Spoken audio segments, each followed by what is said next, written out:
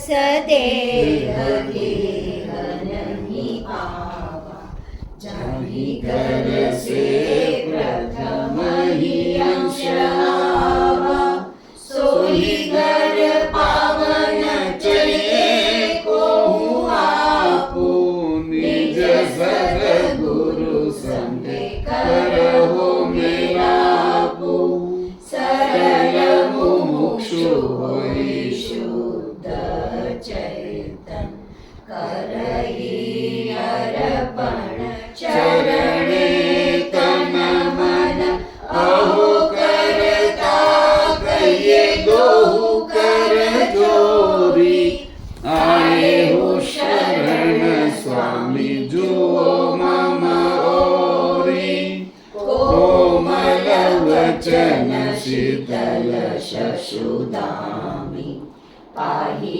पाहि गुरु तुम प्रणामी, जयति जयति गुरु परम निधानु, मिटो मम त्रास पास अज्ञानु, सकल देव देवन के हो देवा, परम कृपाल दयाल सबेवा, तुम बिन सहाय करन कोहु नाहि, लोक चतुर्दश उतैत माहि, निज मम स्वरूप पंच तनु पारि, सोहि दर्शाओ गुरु करुणा पसारी, और निज घर करता तुम गावा, ताहि लखवाहो जाहि से हम आवा, ताहि लखवाहो जाहि से हम आवा, एहि प्रकार करहि स्तुति, गुरु पद प्रेम धरहि मजबूति, हृदय गुरु जबहि अगम गम दाता, देहि सर्वलक्ष करहि सुख साता, देहि सर्वलक्ष करहि सुख साता,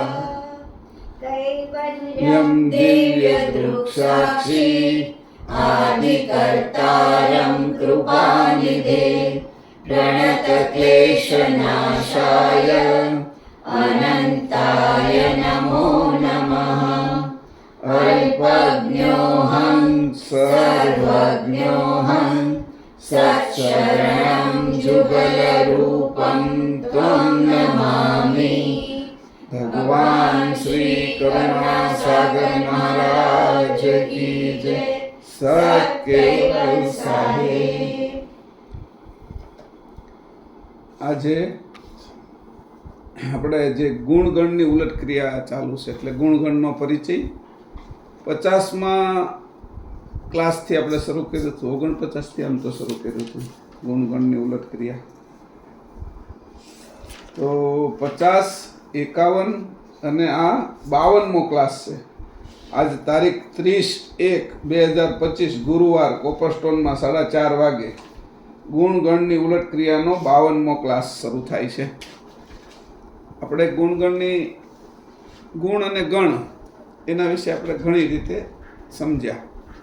એમાંય ક્રમ વાઇઝ આપણે ગુણગણને લેતા હતા. ત્યારે પેલું છે એ વિરાટની અંદર ગુણગણ કેવી રીતે વર્તે છે એનું 155 થી 158 પાના ઉપર આપણે જોયું હતું. અત્યારે નહીં કાઢતા. 6 મહદેવતનું પાના નંબર એમાં કેવી રીતે ગુણગણ વર્તે છે એનું આપણે 163 થી 165 ઉપર જોયું હતું. અને પછી છે એ સામાન્ય દેવતનુમાં કેવી રીતે ગુણગણ વર્તે છે એનું 173 થી 174 ઉપર ગુણગણનું આપણે વર્તન જોયું હતું. વિરાટની અંદર આપણે કીધું જે વિરાટના સૂર્યની અંદર જે કિરણની અંદર ગુણગણનું વર્તન ફરે એટલે પૃથ્વી ઉપર ઋતુઓ ફરે, બરાબર. એટલે એની થોડી માહિતી અત્યારે આપણે લઈ લઈશું, થોડી જરૂર હશે તો. પણ એનું કીધું કે એટલું બધી જગ્યાઓ પર ગુણ ગણ વહીવટ કરે છે. જ્યાં સ્થૂળની અંદર આ બધું ઉત્પન્ન થયું છે, એ સ્થૂળની અંદર જેટલું ઉત્પન્ન થયું છે એ ગુણગણની અંદરથી જ આ બધું ચાલે છે ને એટલું જ ઉત્પન્ન થયું સ્થૂળમાં. સ્થૂળમાં પુરુષના લિંગ જેટલું જ બહાર આવ્યું છે આ બધું જગત. જેટલું દેખા અનંત બ્રહ્માંડો, જે મૂળ પુરુષ છે, જે કૈવલ કરતા આપણે જેને પુરંજન પુરુષ કહીએ છીએ, એનો જે પોતાના શરીરનો જેટલો આપણે નાક કેમ બહાર આવ્યું છે કે આ કાનનો ભાગ બહાર આવ્યો છે, એટલો લિંગનો જેટલો ભાગ આવ્યો છે, એટલા અનંત બ્રહ્માંડો એ બન્યા છે, એટલો જ ભાગ બહાર આવ્યો છે એના શરીરમાંથી. બાકીનું બધું જ એના શરીરની અંદર જ છે, અંતરમાં. બાકી કાંઈ બહાર નથી. અને એને કહેવાય છે આદિલિંગ, જે એને બ્લેક હોલ કીધો છે, વ્હાઇટ હોલ હોતી કીધો છે. એક બાજુ જો આ બાજુ આવવા મળે તો એ સ્થૂળ થવા મળે. લિંગની અંદરથી આ બાજુ જેટલા નીકળ્યા શુક્રાણુઓ એ બધા સ્થૂળ થવા મળે, એ સંતાનો થવા મળ્યા સ્ત્રી પુરુષ રૂપે. અને લિંગની અંદરથી પેલી બાજુ વહી ગયા એ બધા પ્રકાશમાં વહી ગયા. સમજાણું? ઉલટ ક્રિયા કરે લિંગની અંદરથી કોઈને આવડતી હોય ને, તો એ ઉલટ ક્રિયા જ્યારે કરે ત્યારે એ બધા જે શુક્રાણુ છે એનું રૂપાંતર ધીરે ધીરે આંખનું, કાનનું, નાકનું, એની અંદર જે અંકુર બન્યો છે એ અંકુરનું રૂપાંતર સીધું તે અંશમાં થઈ જાય. કારણ કે અંશે કરેલી છે અંકુર રચના. અંકુર બનાવ્યું કોની? તો કે અંશની વૃત્તિ અંકુર પકાવવાનો એને શોખ છે. કે અંશને એક જ અહીં આરત છે કે એ આરત એનામાં ન હોય આ ઘાટ ઉપર, તો એ આ ઘાટ ઉપરથી મોઢું ફેરવી લે, એટલે પછી આ ઘાટ મૃત્યુ પામે. એ અંકુરો જ્યાં સુધી ઉત્પન્ન થાય છે અને એના તત્વો જ્યાં સુધી પડ્યા છે ત્યાં સુધી અંશ છે એની અંદર અનંગ અને વર્ગ જ્ઞાન ચક્ષસત્વના 3 ભાગ વિશેષ રહે. એટલે 6 ભાગે કરીને કાળ ચક્ષસત્વ ન લાગવા દે ત્યાં સુધી આ ઘાટ હાલે. કાળ ચક્ષસત્વના ભાગ લાગી જાય, અંકુરની ગતિ ઓછી થઈ જાય, એટલે અંશ અંકુર પકવે છે. હવે એનું રૂપાંતર જ્યારે પહેલી બાજુ થાય વેક્યુમ કરીને, બ્લેક હોલ છે એ, તો બ્લેક હોલમાંથી વ્હાઇટ હોલ થઈ જાય. એટલે એનું બધાનું રૂપાંતર પ્રકાશની અંદર થઈ જાય અને એ બધું બ્રહ્મની અંદર ભળી જાય. આ જે બધું સ્થૂળ ભાગ છે એ બ્રહ્મમાં ભળી જાય, અંશ ન્યારો રહે. એટલે બ્રહ્મને પ્રકાશ મેં કીધો, વ્યાપક પ્રકાશ. કોઈ છે? હે? હા, વાંધો. તો એવી રીતે અહીં કીધું છે કે કેવી રીતે એનું આ લિંગ કેવું છે. આ બધા આપણે જે પૂજા કરી છે, લિંગની પૂજા કરી, લિંગની ઓટની અંદર જ તે વાસના ઉત્પન્ન થયેલી છે. લિંગની અહંગની ઓટમાં લિંગનું આળ છે. તહાં લંગી અંગ ઉમંગ અંગે, જ્યાં સુધી લિંગની અંગ એમાં ઉમંગ આવે છે ત્યાં સુધી આ જગત આખું છે આ શરૂ રહેશે. કે એને કે લિંગ અહંગની ઓટમાં લિંગનું આળ છે. તહાં લગી અંગ ઉમંગ અંગે, આળ વિલાય તો તું તારા સ્વરૂપે. એમ કે જો તું આ તારો આખો ઘાટ વિલાઈ જાય અને આળ વિલાઈ જાય. એટલે તો 2 પ્રકાર આ વૈજ્ઞાનિકો જે ગોતે છે ને અહીંયા આપણે કરેલું છે. આપણા જે બધા જ્યોતિર્લિંગોની બધા છે 12 જ્યોતિર્લિંગો, એની અંદર એ જ જ્ઞાન છે. જો આ બાજુ નીકળી જાય તો સ્થૂળ જગતની રચના થાય, પણ એટલું જ તે લિંગ જેટલું જ બહાર નીકળે, એનાથી વધારે કાંઈ બહાર ન નીકળે. ત્યાં લિંગથી વધારાનો એક દાણો બહાર નીકળે તો એ ખેંચી લે તરત અંદર. ત્યાં જીવન જ ન હોય. લિંગથી જ જીવન ઉત્પન્ન થયું છે. એટલે આ આખું જે આપણું સૂક્ષ્મ શરીર છે એ હોતી 9 વાસના લિંગનું ઉત્પન્ન થયું છે. સમજાણું? આ રીતે જ છે. અને એની પહેલાંનું જે શરીર છે કારણ શરીર, એની અંદર એની વાસના સૂક્ષ્મ થઈ ગઈ છે. પણ જે પહેલું લિંગ ઉત્પન્ન થયું છે એ જ લિંગ છે, એ પરમ ગુરુ પોતે જ છે. પહેલું જે લિંગ ઉત્પન્ન થયું છે, જે લિંગથી આ જગતની રચના થઈ છે, એ જ પરમ ગુરુ પોતે છે. એમાં 2 પરમ વિશેષ અંશમાં એક ગતિમાં આવ્યા, એ આ બાજુ આવી ગયા, એક એની આગળ રહ્યા. એટલે એ એને હું કામ રહ્યા કે પાછળથી ખેંચવું પડે તો એને ખેંચવા માટે. એક કૂવામાં ઉતર્યો હોય તો બીજો દોરડું પકડીને બહાર કૂવાની બહાર ઊભો હોય. સમજાણું? એટલે જેટલો અંદર જાય એટલો જ ઓલો વ્યવસ્થિત રીતે પેલું કરે ને એને ખેંચી પણ લે. જ્યારે હંકેલું હોય ત્યારે બધું હંકેલી લે, એટલે ઉપર ખેંચાઈ જાય. એવી રીતે બ્લેક હોલ અને વ્હાઇટ હોલ, એવી રીતે 2 ભાગ પડ્યા. અત્યારે આ સૂર્ય આપણો છે એ વ્હાઇટ હોલ છે. એમાંથી પેલી બાજુથી જે પ્રકાશ આવે છે એનું રૂપાંતર થઈને આ બધું જ પેલું થઈ રહ્યું છે અત્યારે આપણા માટે. પછી એની ઉલટ ક્રિયા થઈ જાય એટલે બ્લેક હોલ થઈ જાય. બ્લેક હોલની અંદર એ દેખાય ખરું કાંઈ નથી, છતાંય ત્યાં બધું પડ્યું હોય. એને આ લોકો છે એ કેવળ કે 5મી અવસ્થા, 6ઠ્ઠી કેવલ્ય કહેવામાં આવે. એ પ્રકાશવાળું પાછું થઈ જાય. આના કરતાં એ પ્રકાશ જુદો છે. આ પ્રકાશ છે ને એ માયાનો પ્રકાશ છે ને ઓલો પ્રકાશ છે એ એકદમ સફેદ પ્રકાશ છે અને વ્યાપક છે. એ પ્રકાશ વ્યાપક છે. જેમ અહીંયા અંધારું વ્યાપક કેમ છે, એમને આ પ્રકાશ વ્યાપક છે, કોઈ એનો પ્રકાશક નથી એવું એને દેખાય છે, પણ કૈવલ કરતાં એના પ્રકાશક છે. એટલે એ લોકોને એ ન મળ્યા એટલે એવું કીધું કે આ પ્રકાશ તો સ્વયંભૂ છે.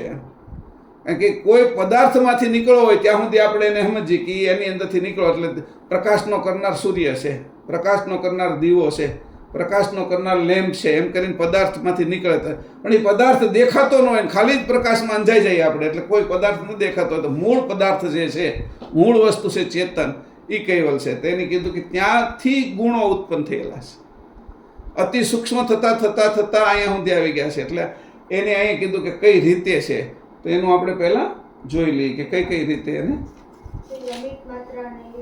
હા, એ બધી ત્યાંથી જ લિંગ વાસનાઓ લાગી ગઈ છે, ત્રણેય જે લાગી ને, અમિત માત્રા, શાંત માત્રા અને પેલી આક્રાંત માત્રા, આ ત્યાંથી જ એને ત્રણેયને આ લિંગ વાસનાઓ ઊભી થઈ. એ સૂક્ષ્મ લિંગ વાસનાઓ છે.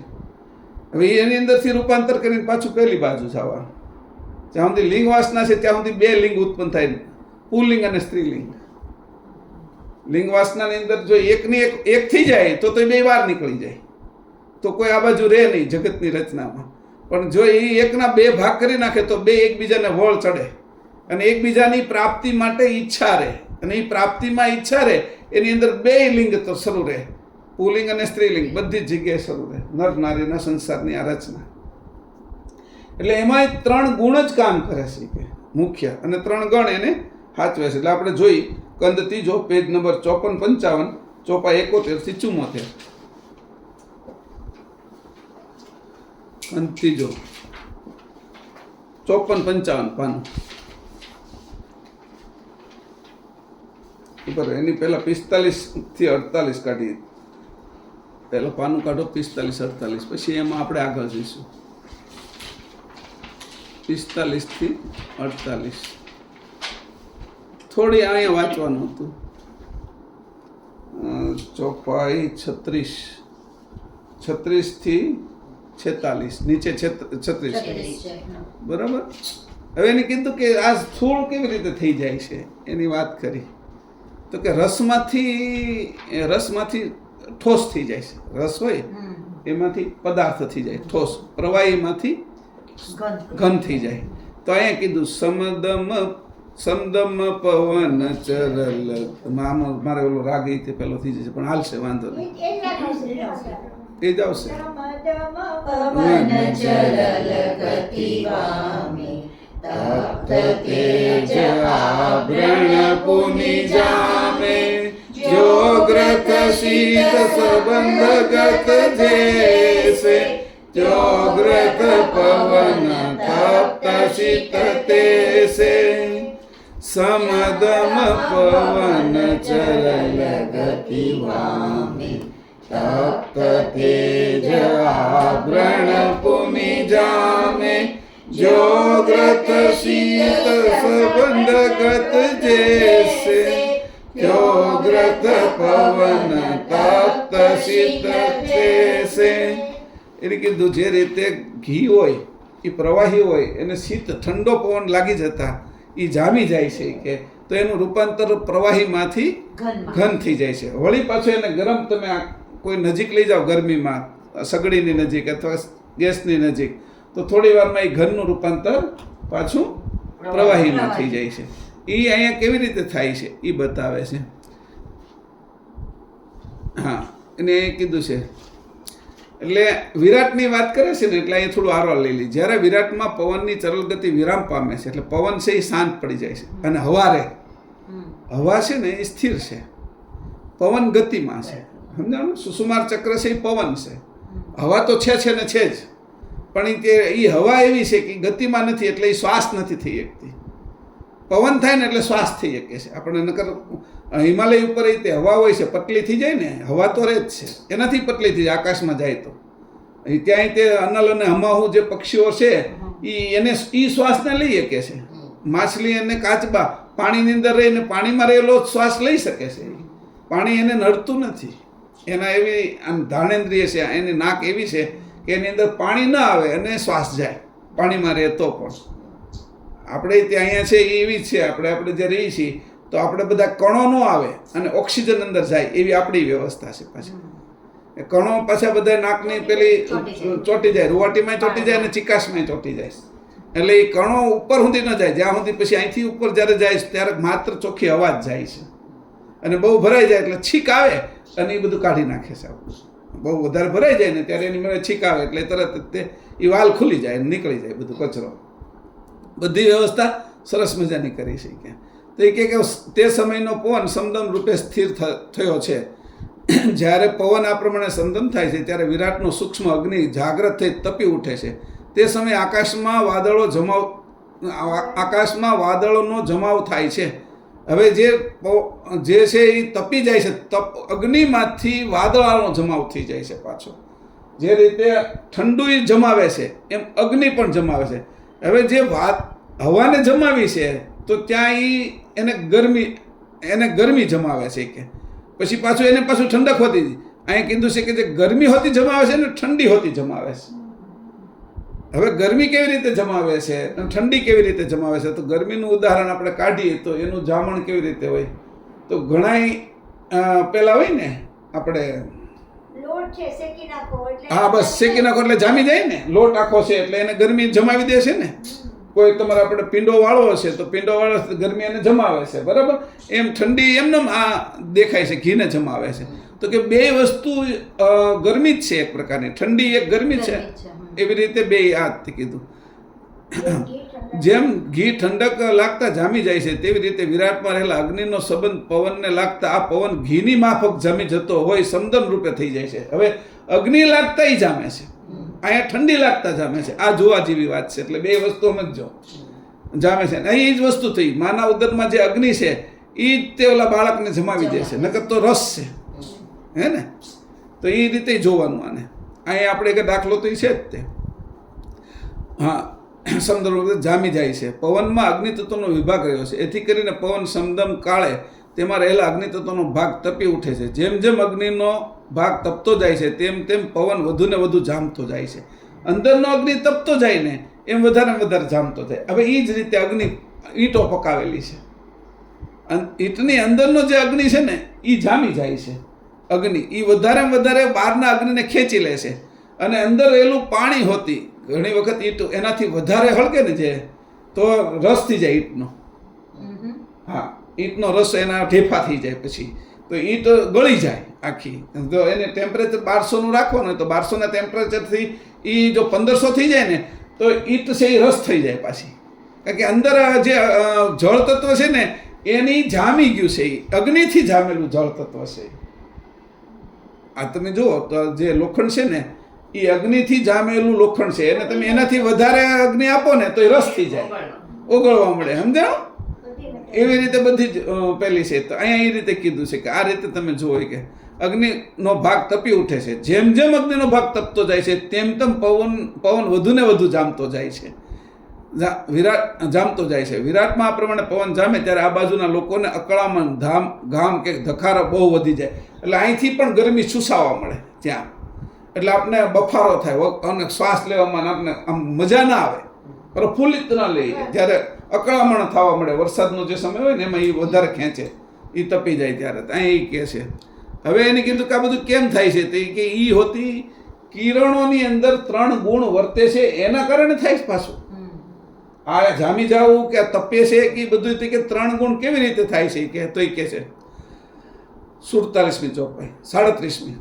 ધરતર જો ગુણ રવિ કર જબહી झरत नीर व्रजवत गत तबही प्रिय ही भौम भगवत व्रज ग्रहाये खाण चतुरत न उर उपजाए धरतर जो गुण रवि कर जबही झरत नीर व्रजवत गत तबही प्रिया ही भौम भगवत व्रज ग्रहाये खाण चतुरत न उर ઉપજાય. હવે અહીં કીધું જ્યારે સૂર્યના કિરણોમાં રજોગુણ આવે ત્યારે ઉપર પ્રમાણે ધ્રુતવત જામી ગયેલા પવનમાંથી વીર્ય રૂપે બુંદ થઈ પાણી પડે છે. આ પાણી રૂપ બુંદને સ્ત્રી રૂપ પૃથ્વી પોતાના ભગસ્થાન રૂપ ઉદરમાં ગ્રહણ કરીને 4 ખાંડના ઘાટોને ઉત્પન્ન કરે છે કે રજોગુણ જેવો મહદને આવ્યો એવું એનું તે જે જામી ગયેલો જે પવન હતો એનું પાછું પાણીમાં રૂપાંતર થઈ ગયું. એ પાણી જ મૂળ વીર્ય છે આ જગતમાં. અને ધરતી તો અનેક પ્રકારના વનસ્પતિઓ ઉગી નીકળે છે. આ બધાનું જીવન જ પાણી છે, જળ જ જીવન છે બધાનું. તો કે એ જ વિત્ત છે કે આપણે કુંભમાં સ્નાન કરવા જઈએ તો જળમાં સ્નાન કરીએ છીએ ને, એ અમૃત જ ગણ્યું છે કે જળ. એ સમયે એ રીતના કિરણો પડે છે કે એ કિરણોની અંદર જે આવતું જળ છે એ એની અંદર પ્રવાહિત થતું હોય છે. તો કે એ કિરણોનું જળ થઈ જાય છે ત્યાં. જેમ આપણે કિરણોને ભેગા કરીને અગ્નિ થઈ જાય છે એવી રીતે ત્યાં તે આ બધા જે સૂર્યના, ચંદ્રના કે જે કંઈ ગુરુના એના જે કિરણો પડતા છે નક્ષત્રોના, એ ત્યાં જળમાં જળ રૂપે રૂપાંતરિત થઈ જાય. અને એ જળની અંદર એને ગ્રહણ કરવાની શક્તિ હોય, એ જગ્યા ઉપર કેન્દ્રિત થઈ જાય. જેમ બિલોરી કાચમાંથી એક જગ્યા ઉપર કેન્દ્રિત થાય છે ને પેલું ટીલડી એટલે હળગે છે ને, એવી રીતે એ જગ્યાઓ એ સમયે કેન્દ્રિત થઈ જતી હોય. એટલે અહીંયા એ રીતે કીધું આપણા શરીરમાં આવી રીતે જ વ્યવસ્થા છે કે તો કે આવી રીતે સ્ત્રીરૂપ પૃથ્વી છે એના ભગસ્થાન ઉદરમાં આને ગ્રહણ કરીને 4 ખાંડના ઘાટો ઉત્પન્ન કરે છે.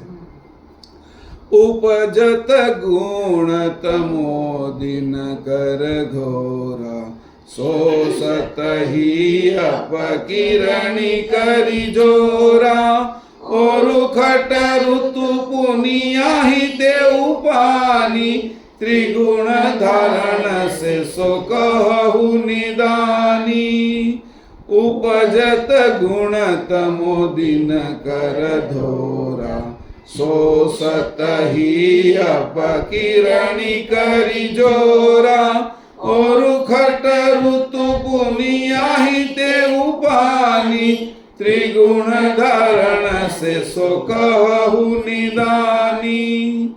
જ્યારે સૂર્યમાં ઘોર તમોગુણનું પરિવર્તન ચાલે ત્યારે આ પૃથ્વી આદિ પ્રદેશમાં પડેલા પાણીનું સૂર્ય પોતાના જોરદાર કિરણો વડે શોષણ કરી લે છે.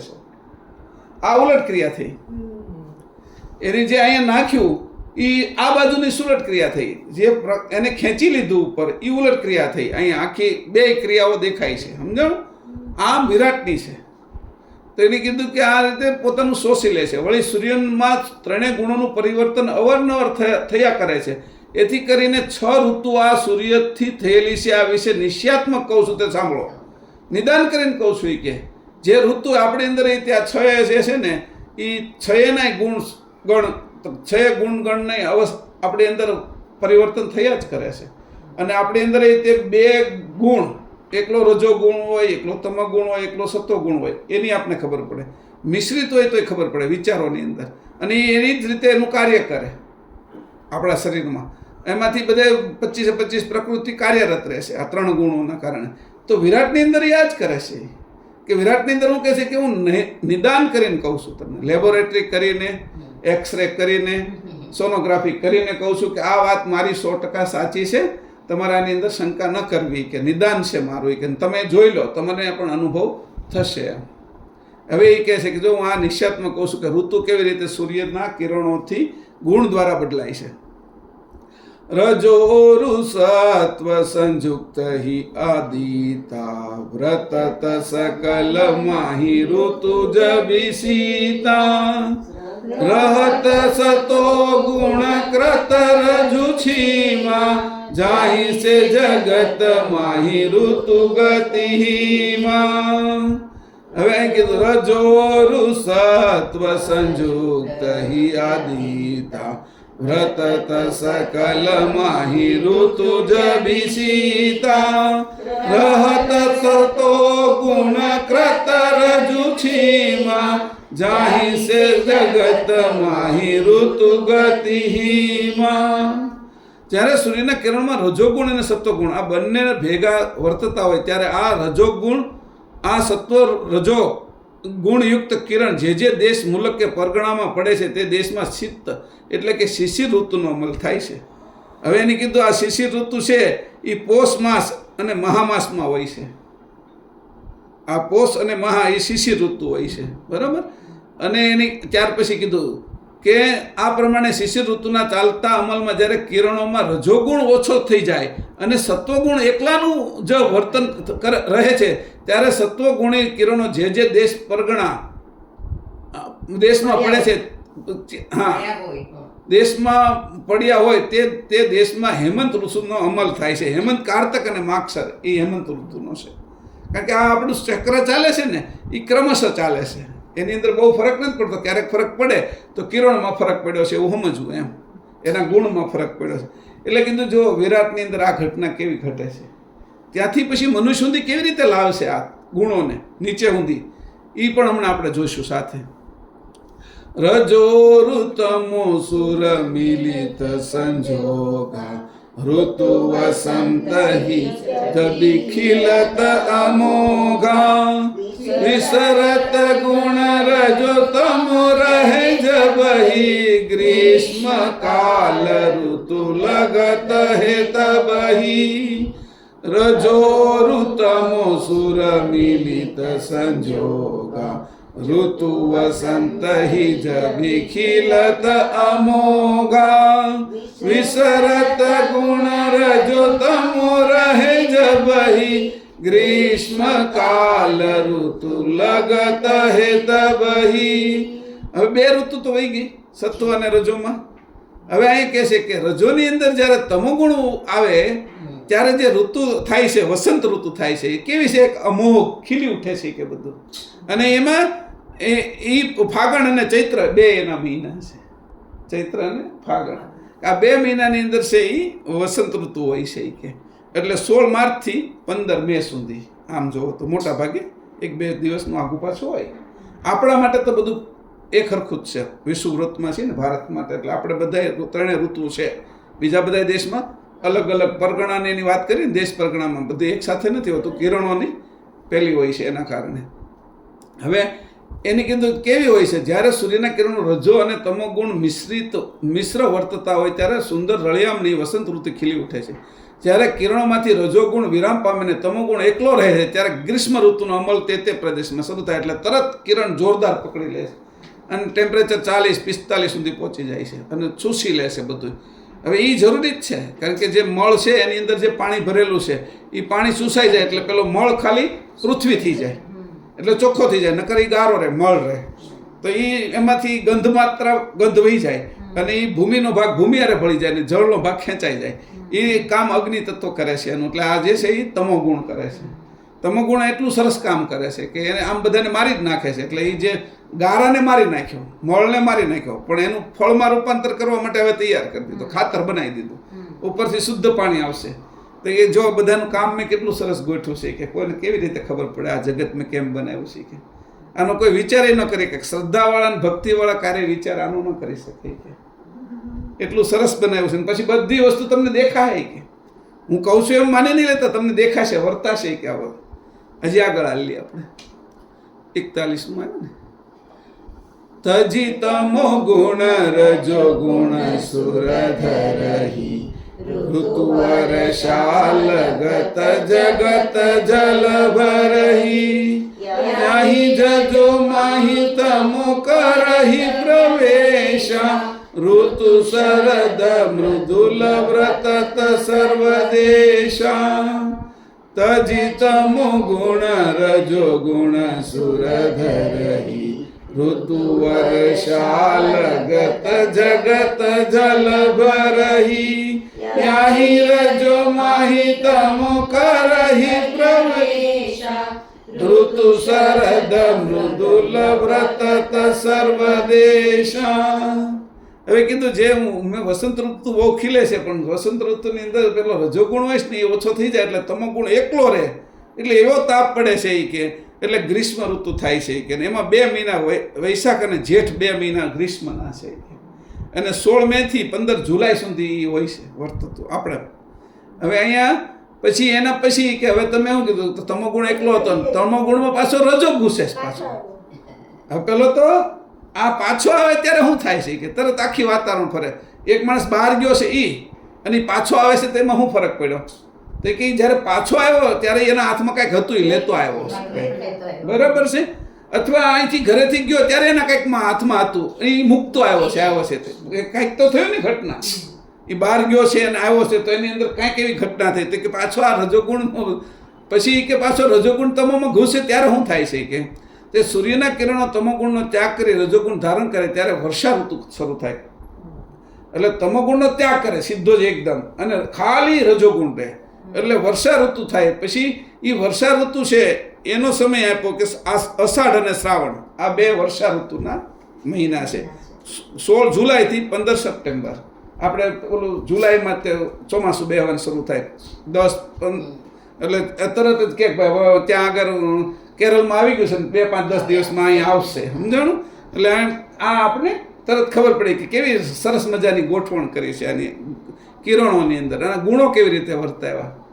એટલે પછી કીધું કે આ રીતે વર્ષા ઋતુ શરૂ થતી હોય જગતને પાણીથી તરબોળ કરી નાખે છે. ઓલી જે તપી ગયેલી સૃષ્ટિ હતી ને એને એકદમ ઠંડી પાડી નાખે છે. કે બહારથી તપીને આવ્યો હોય આપણે ઘરમાં, પછી અંદર એસીમાં આવી એટલે આપણે કેમ ઠંડા પડી જાય, પાણી ઠંડુ પી એવી રીતે ભરી દેશે કે પછી આપણે કે આ ધરતીને આખી રજોગુણ છે એ પાણીથી ભરી દેશે કે, અને બધાને જળને છલોછલ કરી દેશે. એમ નદી, નાળા, સરોવર એ બધું જે તલાવડીઓ એ બધું ભરાઈ જાય છે અને વાતાવરણ આખું બદલાઈ જાય છે. ત્યાર પછી શું થાય છે કે જેવી રીતે આ પ્રવેશ કર્યો એમાં વળી સૂર્યના ચાલુ રજોગુણી કિરણમાં તમોગુણનો પ્રવેશ કરે છે કે તરત જ મૃદુલ કોમળ સ્વભાવવાળી શરદ ઋતુ તે દેશમાં વર્તે છે. આકાશમાં કોઈ પણ મળ નથી હોતો. અરે શરદનો ચંદ્રમા એ શ્રેષ્ઠ ગણો. શરદ ઋતુનો આપણે મહત્વ પણ વધારે આપીએ છીએ કે રાતનું મહત્વ શરદનું વધારે આપીએ છીએ. ઠંડી ન હોય, ગરમી ન હોય, અને આકાશ ચોખ્ખું હોય, ચંદ્ર પૃથ્વીની નજીક હોય, અને વાતાવરણ એકદમ ખુશનુમા હોય. એ સમયે જે ચંદ્રના કિરણ વિશેષ ઔષધિઓ ઉત્પન્ન કરે શરદ ઋતુની અંદર.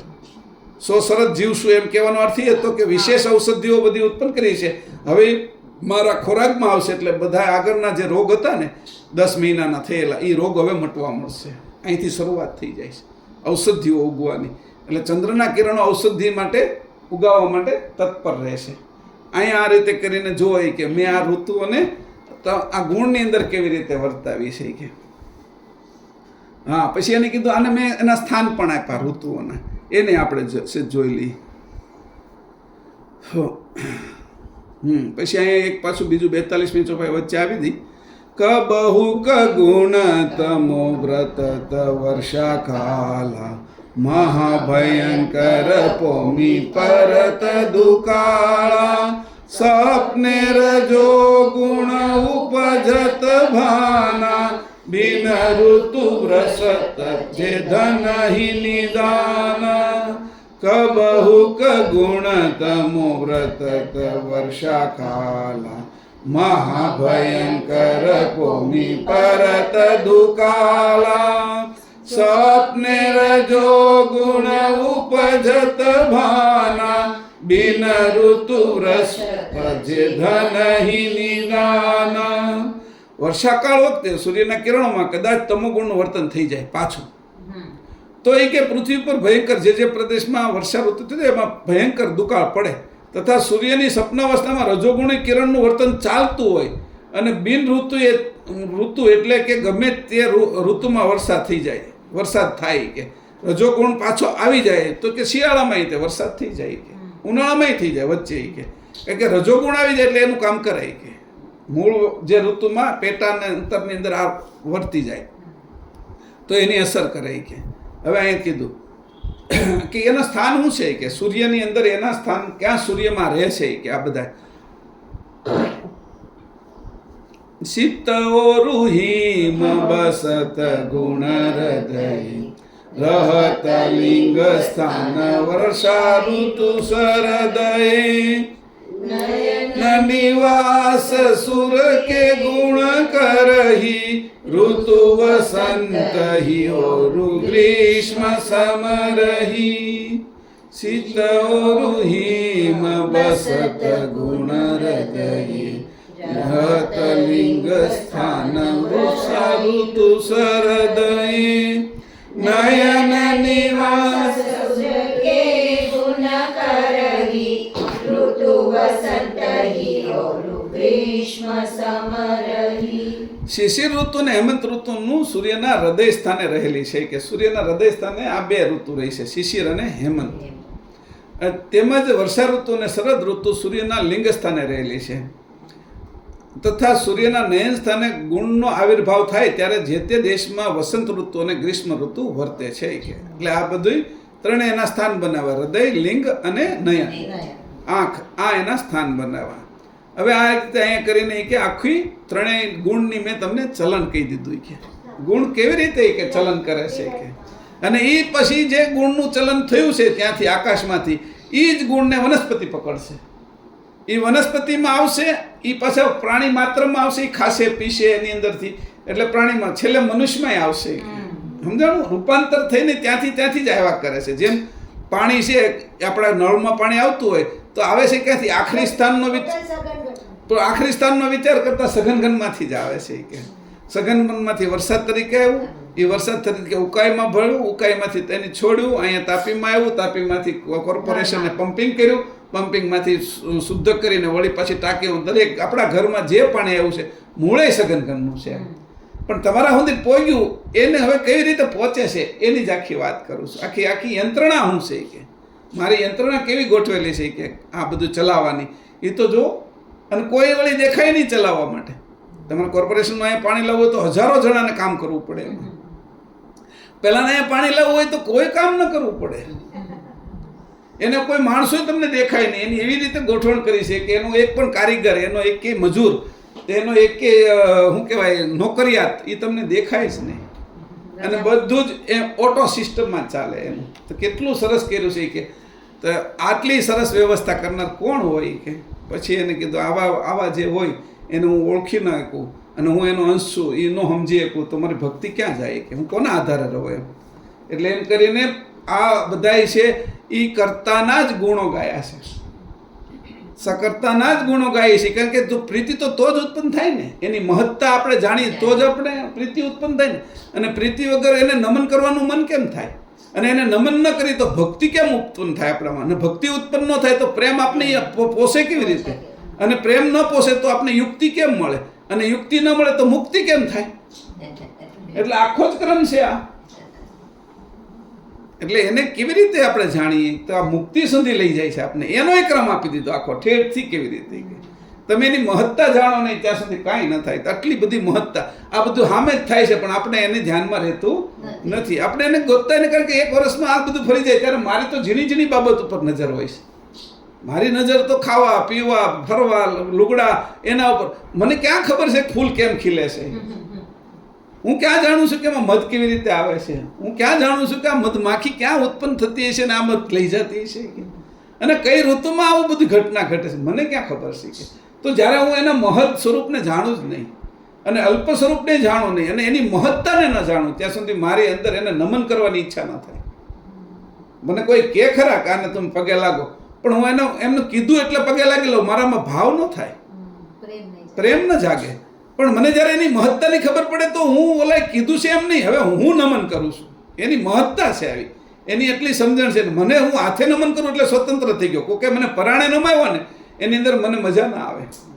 પરાણે લઈ ગયા હોય તો કેટલો સમય હાલે એટલે નમને પછી એના વિશે મને શંકાઓ થવા મળે. પણ આવા જે કૈવલ કરતા છે એના વિશે તો મને પ્રીતિ જ ઉત્પન્ન થાય, રોજ વધતી જાય. અને મને એના સિવાય જવું નથી. હવે મને આ બધા જગતમાં ફરીને થાકી ગયો. અંશ એવું કહે છે જ્યારે હવે હું તારા આગળ હવે મને કોઈ જગ્યાએ નહીં મૂકો, તું જ છો મારો એમ. ત્યારે એવો એનો આરત થઈ જાય, આરત. અને એ રત એનું પછી એ આરતનું એક રત્ન થઈ જાય. મેં કીધું ને કે ભાઈ આ રત્ન થયા કે તો કે લિંગ સ્થાને પુત્ર રત્ન, નાભી સ્થાને કસ્તુરી મણી, એવી રીતે એક રત્ન થઈ જાય. આરતમાંથી અંશનું એક રત્ન થઈ જાય. એ રત્ન એના મુકુટમાં જોડાય. આ આપણું જે રત્ન થયું હોય હારામારું રત્ન, આરત એના માટે જ આપણે રાખી કે મને આના સિવાય કાંઈ નહીં હો. પછી એક આરત થઈ જાય, એક લગન થઈ જાય, એક વ્રેહ થઈ જાય, એક પ્રેમ થઈ જાય. એનાથી પાકેલું એક રત્ન થઈ જાય. એ રત્ન પાકેલું એ જ હું પોતે અંશ.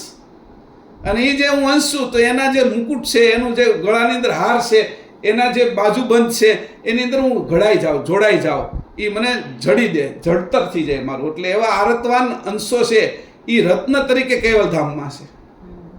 એવી રીતે શોભાયમાન છે. એનો પ્રકાશ જ વિશેષ છે કે એટલી આરત હતી એની અંદર એ પોતે પ્રકાશિત થઈ ગયા હતા, પોતે જ પ્રકાશિત થઈ ગયા હતા. તો કે એના માટે કીધું કે જો કે ત્રણેય ગુણને વર્તાવનારો આટલું જગત ગુણ ઉપર તો પાછું એની કેટલું કર્યું છે. આ ગુણથી તો આ ચલાવે છે, ગુણ ઉપર તો એને ગુણને નીચે ઉતારવા તો કેટલું આગળ કરેલું છે કે તો એને કીધું અહીંયા કે જો આ રીતે રહત ગલિત ત્રતિએ ગુણ જેહી વર્તત વર્તહી સકલ ઘટતેહી યાહી કે સફુર વિના ઋતુ વર્ષ કાલા પરત અચાનક વિશ્વ હિ દુકાળા. બસ એક જ વાત કે જો આપણે આવો આરત ન રાખીએ ને, આરત રજોગુણ પરમ ગુરુ પ્રત્યે રાખવાનો છે, એ આરત ન રાખીને તો આપણી અંદર એ દુકાળ જ પડે, આપણે હુકાઈ જ જાય. અંદર પ્રેમ પ્રીતનું જો રસ ન હોય તો આપણે હુકા જ થઈ જાય. એટલે ભક્તિ વગરના પછી ત્યાં જઈ ન શકીએ, તો શુષ્ક થઈ જાય. ખાલી જ્ઞાન કામનું નહીં, અને ભક્તિ જ્ઞાન વગરની તો આંધળી ભક્તિ થઈ જાય. એટલે આપણે બે વસ્તુ કરવી પડે. પરમ ગુરુના જ્ઞાનમાં રહેવાનું તો ભક્તિ છે એ આંધળી ન હોવી, દેખતી હોવી જોઈએ. જ્ઞાન છે એ શુષ્ક ન હોવું જોઈએ, એમાં પ્રેમ હોવો જોઈએ. આપણે આવી કરવાની. એટલે એને કીધું કે આ જે છે ને એનાથી પહોંચાય. બાકીના બધા લોકો ભલે જ્ઞાની હોય, નવધા ભક્તિ કરી હોય, તો એ ગુણથી આગળ ન વધીએ. કે પરમ ગુરુને પ્રાપ્ત કરવા માટે આ બધું નીચેના સ્થાનો છે, એ બધા નીચેના સાધનો છે. જ્યાં સુધી પરમ ગુરુ પ્રાપ્ત ન થાય આ નીચેના સાધનો વાપરી, તો એની અલગ ભક્તિ છે કે ચેતન છે. હવે છેલ્લી વાત વાંચી લઈ, પછી આગળ જાય. 45 સુધી મેં કીધું છે, ચોપાઈ 46 સુધી છે, વાંચી લઈ. यही खट ऋतु गुण सुर के समागु सहज होत कहत किए सो विभागु अवनीतोय कंचन और खंडा दिए दृष्टांत लहरी नंग भंडा यही खट ऋतु गुण सुर के समागु सहज होत कहत किए सो विभागु अवनीतोय कंचन और खंडा दिए दृष्टांत लहरी नंग भंडा.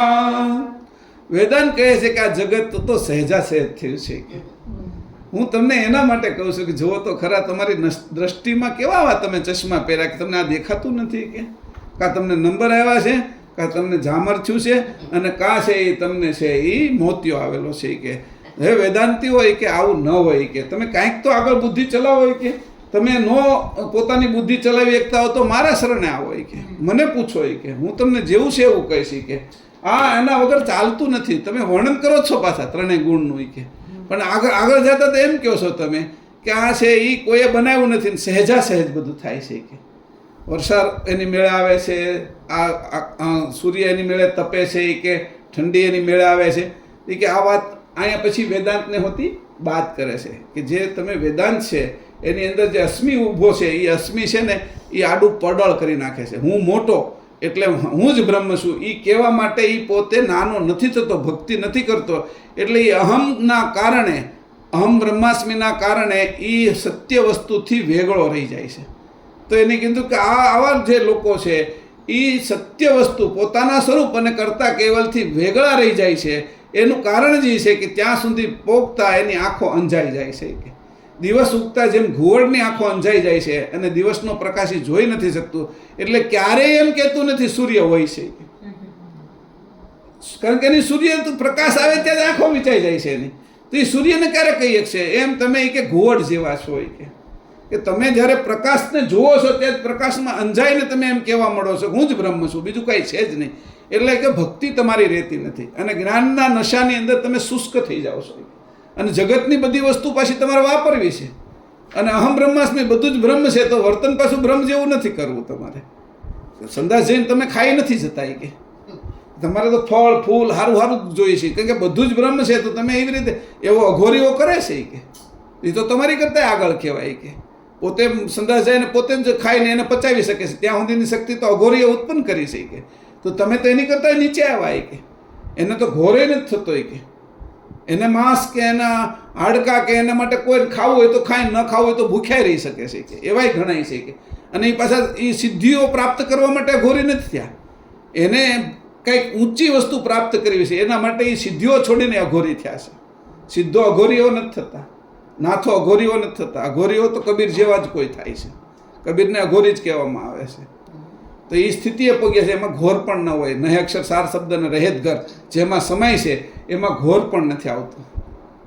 અને જે અઘોર એટલે જે અંધકાર છે એનીથી પાર વહી ગયા છે, મૂળ સાચા પ્રકાશ સુધી પહોંચ્યા. એટલે બ્રહ્મને જાણનારા આવા લોકો છે કે તમે ખાલી બ્રહ્મની વાતો કરો છો, પણ બ્રહ્મ છે એના સિદ્ધાંતો તમે ગામને દેખાડો છો, પણ તમે એક પણ પાળતા નથી. બધું જ બ્રહ્મ છે તો તમને કોઈ ગાળ દે તો સહન કરી શકવું જોઈએ, અને કોઈ સ્વાગત કરે તો સહન કરવું જોઈએ. તો તમે ગાળ દે તો તમે દૂર વયા જાઓ છો. રાગદ્વેષ તો તમારી અંદર કેટલા ભરેલા છે કે એકબીજા સાધુઓ વચ્ચે રાગદ્વેષ ભરેલા છે કે તમારા. તો કે આવી રીતે અહીંયા કે છે, હે વેદાંતિઓ, તમને આ વાતની ખબર એટલે નથી પડતી કે તમે છે એ પોતાના અસ્મિની અંદર આંધળા થયા છો. આ બ્રહ્મોસ્મી અંધાઈથી મોટો છે, એ અસ્મિને તમે સમજી જ નથી શક્યા. કે દેહોસ્મી હજી તમારો નીકળી ગયો, જીવોસ્મી નીકળી ગયો, શિવોસ્મી હવે તમારે કાંઈ, પણ તમે જે બ્રહ્મોસ્મી એવડો મોટો ધારણ કર્યો છે કે કાઢવાવાળો કોઈ નથી. એને કાઢવાવાળો તમે કોઈને માનો તો કોઈ કાઢી દે ને તમને. તમે કોઈને માન્ય જ નથી કરતા તો કાઢે કોણ? ત્યાં કહે છે, વેદાંત કહે છે કે આ જગત સહેજા સહેજ થયું છે. તેની સાબિતી માટે તે કહે છે કે માટી એક અને પાત્ર અનેક, તથા પાણીની લહેર તથા સોનાના વિધવિધ દાગીના તેમજ ખાંડની અનેક પ્રકારની મીઠાઈઓ જે બને છે તે આ બધાના નામ રૂપ અને ગુણ ઓગળી જાય ત્યારે માટીનું પાત્ર માટી રૂપે, સોનાના દાગીના સોના રૂપે, પાણીથી થયેલું લહેર પાણી રૂપે અને ખાંડથી થયેલી મીઠાઈ ખાંડ રૂપે જ રહે છે. તેવી જ રીતે પરબ્રહ્મ સમજવું. આ પ્રમાણે પરબ્રહ્મનો નિર્ણય કરી જગત માત્રની ઉત્પત્તિ સહેજા સહેજ વર્ણવી છે. સમર્થ પરમગુરુ કહે છે આ જગત સહેજા સહેજ થયું નથી, પણ તેના કરતા સકર્તા સત કૈવલ છે. આ જગતરૂપ કૃત કર્યા સિવાય નથી બન્યું એ પુરવાર કરવા માટે સૂર્યનું દ્રષ્ટાંત આપી ઉત્પત્તિનો ક્રમ બતાવ્યો છે. એટલે કે સૂર્યના ગુણોના સમાગમે કરીને 6 ઋતુઓનું પરિવર્તન થાય છે. આ સઘળા પરિવર્તન સૂર્યથી જ હોય તેના કરતા રૂપે સૂર્ય ગણવું છું કે, અને એની અંદર આ પેટામાં ભાગ ભજવે છે ગુણ છે કે તમે કેમ કેવલ કરતા ને સૂર્ય નથી કહેતા કે તમે પ્રકાશમાં કેમ અંજાઈ જાઓ છો કે રાજાને રાજા નથી કહેતા, એની સત્તાની અંદર જ અંજાઈ જાય છે, એના શાસનમાં અંજાઈ જાય છે. અત્યારે સરસ મજાની વ્યવસ્થા કુંભના મેળાની અંદર યોગી અને નરેન્દ્ર મોદીએ કરી હોય તો એની વ્યવસ્થાની અંદર અંજાઈ જાય જે લોકો, એ યોગી અને નરેન્દ્રભાઈને કેમ પ્રાપ્ત કરીએ કે એની વ્યવસ્થા એટલી કરી છે તો કે એટલી સરસ વ્યવસ્થા છે, વ્યવસ્થા તમે અંજાઈ જાય તો મૂળ પુરુષ પ્રાપ્ત ન થાય. સમજાણું? એમ અહીંયા થયું છે કે બધાનું તમારું. અને તમે એવી વ્યવસ્થાને પ્રાપ્ત કર્યા પછી પાસે તમે એ જ થઈ ગયા છો કે અમે જ આ છીએ, અમે જ આ બધું કરીએ. એટલે તમે નરેન્દ્ર મોદી અને યોગીને બાદ કરી નાખ્યા. આ મેળો મારાથી જ, એટલે હું આવ્યો એટલે હાલે છે કે હું ગંગા સ્નાન કરું એટલે ગંગા વહે છે એમ તમે તો આવું કહેવા માંડો છો. પછી તમારી અંદર કેવો આ અસ્મિ આવે છે કે તમે એને જે કરનાર છે એના ઉપર એને તમે શ્રેય આપવા માગતા નથી. જે હકીકતમાં કરનાર છે એને શ્રેય આપવા માંગતા નથી. તમારે પોતાને શ્રેય લેવું છે એટલા માટે તમે આવો તાઇફો કર્યો છે, અથવા તમને અજ્ઞાન છે. અહીંયા આવી રીતે એને બ્રહ્મ જ્ઞાનને કાઢી નાખ્યું. બ્રહ્મ જ્ઞાનને નથી કાઢ્યું, બ્રહ્મ જ્ઞાનમાં વિટંડાવાદ છે જે નવીન વેદાંત છે એને કાઢી નાખ્યું. છેલ્લી ચોપાઈ 46મી. तेसे ही ब्रह्म वेदांत बखाना 14 लोक नंग भंड उत्पाना मंड कुलाल लहरिय पवना नंग सोनार किए हुकृत सहुना तेसे ही ब्रह्म वेदांत बखाना 14 लोक नंग पंड उत्पाना भंड कुलाल लहरिय पवना नंग सोनार किए उग्रत सहुना. જગતની સહેજા સહેજ ઉત્પત્તિ સાબિતી માટે વેદાંત ઉપરના દ્રષ્ટાંતો આપી પરબ્રહ્મના ખૂબ વખાણ કર્યા છે. પણ દયાળુ પરમગુરુ કહે છે કે માટીના પાત્રનો કરતા કુંભાર, દાગીનાનો કરતા સોની, પાણીમાંથી જે લહેરી ઉઠે છે તેનો કરતા પવન, અને વિધવિધ મીઠાઈનો કરતા કંદોય હોય કરતા સિવાય બન્યા નથી. કે તમે ભલે આવું કહેવાય કે હું આ બનાવટની અંદર આ બધું બનાવ્યું છે એટલે કર્તના કરતા નથી, મૂળ કર્તાની વાત કરે છે પરમ ગુરુ, કે મૂળ કરતા આ બધા તોય કર્તના કરતા છે, પણ તમારે કરતા નક્કી કરવા જ પડશે. કે તમે કરતા નક્કી નહીં કરો ત્યાં સુધી એના તમે ગુણ નહીં ગાઓ, એના પ્રત્યે તમને પ્રીતિ નહીં થાય. એના પ્રત્યે પ્રીતિ નહીં થાય તો તમારી ભક્તિ કેના આધારે ટકશે? અને ભક્તિ નહીં હોય, પ્રેમ વગર, ભક્તિ વગર આ જગતની અંદર છે એ ઉત્તમ પ્રકારનું કોઈ વસ્તુ પ્રાપ્ત થતી નથી. કેવું પ્રેમ અને ભક્તિથી જ અહીંયા બધું પ્રાપ્ત થાય છે. જ્ઞાન એના માટે છે કે ભક્તિ સાચી છે, યોગ્ય દિશામાં છે, યોગ્ય પ્રમાણમાં છે, જેના પ્રત્યે કરી છે એ વસ્તુ સાચી છે, એ માટે જ્ઞાનની જરૂર છે. અને જાણ ભક્તિ અને જ્ઞાન કરતાં પણ ઉપર છે. જાણ ચેતન લક્ષ્મી છે. પાછી અંશ અંશી માટેનો જે મુદ્દો છે એ જાણથી પ્રાપ્ત થાય છે. વ્યવહાર બધો જ્ઞાન અને ભક્તિથી થાય છે. આ બે વસ્તુને જાણવા જેવી છે. કે આ રીતે કરીને અહીંયા 3 ગુણનો વર્તારો કરે છે. એ કેવી રીતે છે એ કીધું. હવે કંદ 3 પાના નંબર 54-55 ઉપર જઈ 71 થી 74 ચોપાઈ.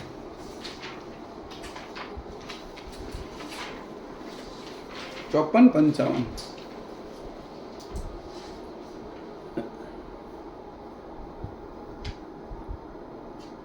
71 છે. જમાણી કેસે ભય હુ અક્ષરણી ગત તાહી તેસે ત્રિગુણ તંતણી અગ્ર સમેતિ સુનહો સંતતિનું સમજ સચેતી ઘડન ઘાટ મધ્યાણી એસે ભય હુ અક્ષરણી ગત તાહી તેસે ત્રિગુણ તંતણી અગ્ર સમેતુ સુનહો સંતતુ તિનું સમજ સચેતી. હવે અહીં કીધું છે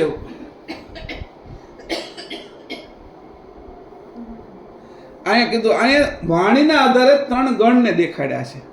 પહેલા છે એ ઋતુના આધારે 3 ગણ બતાવ્યા હતા, ગુણ બતાવ્યા હતા. હવે અહીંયા વાણીના આધારે તમારી જે વાણી છે મધ્યમાં વેખરી, મધ્યમાં પશ્ચિમથી પરા, એમાં હું તમને કે થોડું અમથું કહે છે. આગળ આપણે પછી વહી જશું, પણ આ થોડી ચોપાઈ છે ને એ 71, 72 ને 73, 74 સુધી લઈ લઈએ. બરાબર. આ મધ્યમાં વાણીમાં જેની સાથે જે પ્રકારે આલોચન થાય છે તે પ્રકારના ભાવવાળા અણીવાળા અક્ષરો બંધાય છે.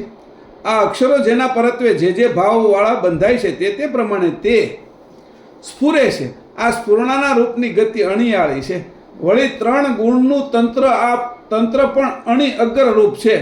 એ વિશેની સમજ આપું છું. તે હે સંત સજ્જનો સચેત થઈને સાંભળજો. જો અહીં કહે છે કે 3 ગુણનું આગળની વાત કરી, એમાં જે આગળ વિષય હાલતો હતો વાણીનો, 4 વાણીનો વિષય હાલતો હતો, એ હવે વિષયને ફેરવે છે.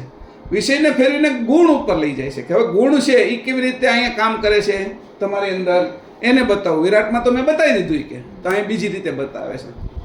72ની ચોપાઈ. પ્રથમ રજો સંબંધ હિ જેહી સાધે નેન કટાક્ષ અણી અગ્ર સનાંધે દ્વિતીયો સતો ગુણ સર્વ સુખ પૂરી ગલિત વચન અની દોહુ કર જોરી. પ્રથમ રજો સંબંધ હિ જેસી સાધે નેન કટાક્ષ અણી અગ્ર સનાધે દ્વિતીયો સતો ગુણ સર્વ સુખ પૂરી ગલિત વચન અણી દોહુ કર જોરી.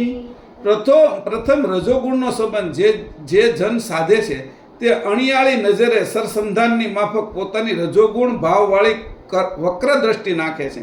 આ લક્ષણાનું સ્વરૂપ અણિયાળું છે. બીજું સત્વગુણનું સ્વરૂપ સર્વ સુખની પૂરીરૂપ, સર્વ સુખની પૂરીરૂપ હોય. કોઈ માનવ વા દેવ પરત્વે બંને હાથ જોડીને ગલિત વચનને પ્રાર્થના કરીએ છીએ. આ પ્રાર્થનાનું સ્વરૂપ પણ અણિયાળું છે. હવે એ અણીનું સમજાવવા જાય છે ભાલ તિલકનું. તો કે રજોગુણથી જે નેન કટાક્ષથી જે સંબંધ બંધાય છે એ રજોગુણી સંબંધ તે કે આંખથી જે જોઈ છે એનાથી બંધાય. એમાં રજોગુણી ભાવ હોય છે. એ જે ભાવ છે એ એનો સરસંધાન કરે છે કે નજર છે એ અણિયાળી દ્રષ્ટિએ એકબીજાને ભાવ બંધાય છે. એ પણ એ કે કોઈ દેવ પરત્વે જ્યારે આપણે સત્વગુણથી કરીએ છીએ ત્યારે એના પ્રત્યે સત્વગુણના કારણે હાથ એની મેળે જોડાઈ જાય છે અને એને પ્રાર્થના થાય છે. એ સત્વગુણ કરાવે છે.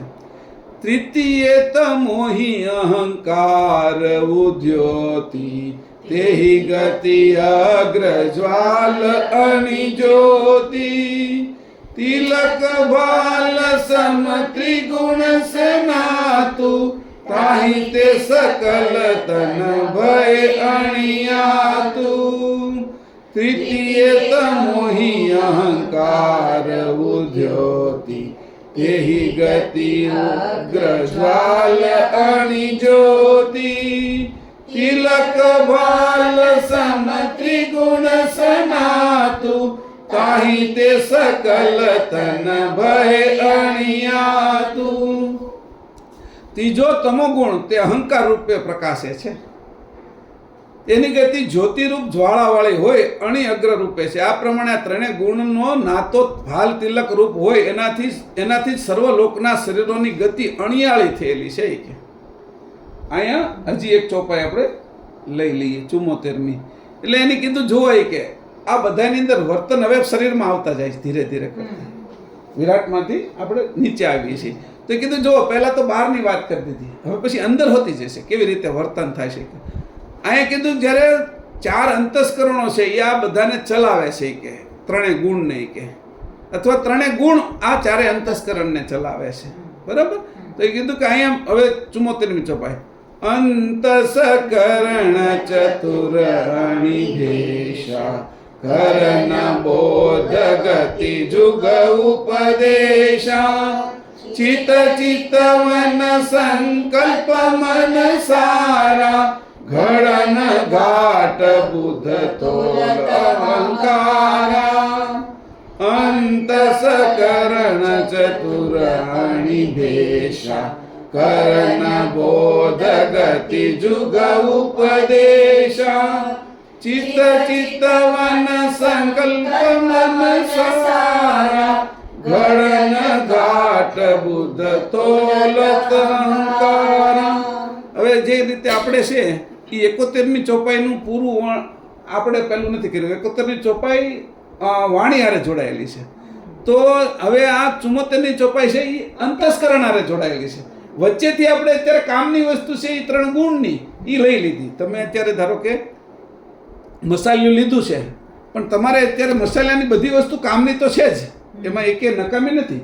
પણ અત્યારે વઘારની અંદર તમે છે એ રાઈ અને મેથી અને પછી જીરું, બરાબર? તો બાકીનું મરચું કે આ તે કે નથી જોતું, તો એની ઉપર તમારી અત્યારે નજર નથી. એટલે તમે નજરમાં બાકી છે ખરું બધું તમારા આમાં, પણ આમાં અત્યારે આપણે છે એ નીચેના 4 અંતસ્કરણ ઉપર નથી જતા ને ઉપરની 4 વાણી ઉપર નથી જતા.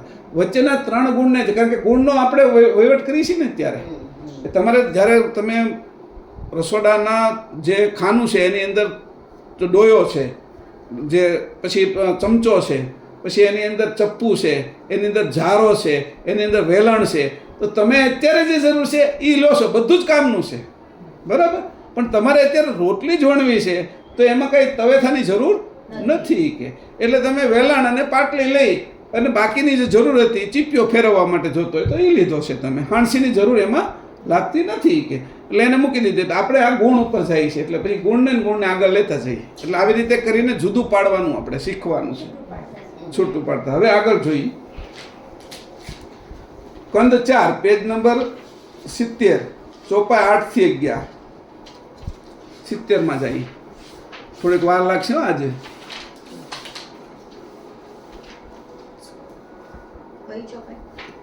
8 થી 11 70.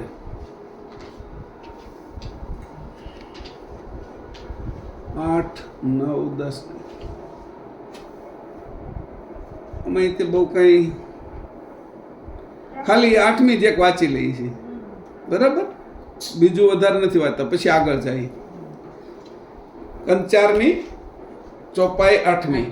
પ્રકૃતિ ઉછાહ ચાહ જડી ભયવું ત્રિગુણાંકુર સૂક્ષ્મ નિરમયું ત્રિગુણ તપત કહી જુગહી જમાવા બ્રહ્મ તેજ સંયુક્ત શુદ્ધ પાવા પ્રકૃતિ ઉત્સાહ ચાહ જબી ભયવું ત્રિગુણાંકુર સૂક્ષ્મ નિરમયું ત્રિગુણ તપત કહી જુગહી જમાવા બ્રહ્મ તેજ સંયુક્ત શુદ્ધ પાવા. હે અંશ, જ્યારે પ્રકૃતિ પરિપૂર્ણતાને પામી ત્યારે તેના સર્વાંગ અંગમાં ઉત્સાહયુક્ત ચાહના ઉત્પન્ન થઈ. ત્યારે તેના અંતરપટમાં સૂક્ષ્મ રૂપે 3 ગુણના અંકુરનો જમાવ થયો. પ્રકૃતિના અંદર 3 ગુણનો એટલે સત્વ, રજ અને તમો, બ્રહ્મા, વિષ્ણુ અને શંકર, પ્રોટોન, ઇલેક્ટ્રોન અને ન્યુટ્રોન, આનો જમાવ થઈ ગયો. એ પહેલા તરંગ રૂપે હતા, જ્યારે પ્રકૃતિ હતી ત્યારે વીજળી રૂપે હતા, પણ એની અંદર જમાવ થયો એટલે કણ રૂપે થવા માંડ્યા. આ ત્રિગુણ અંકુરોનો પ્રકૃતિના ખોળે જે જમાવ થયો તે અંકુરો બ્રહ્મ અગ્નિના તેજમાં અનેક કાળ વહી ગયા, ત્યાં સુધી તપી તપીને પરિપક્વ થયા.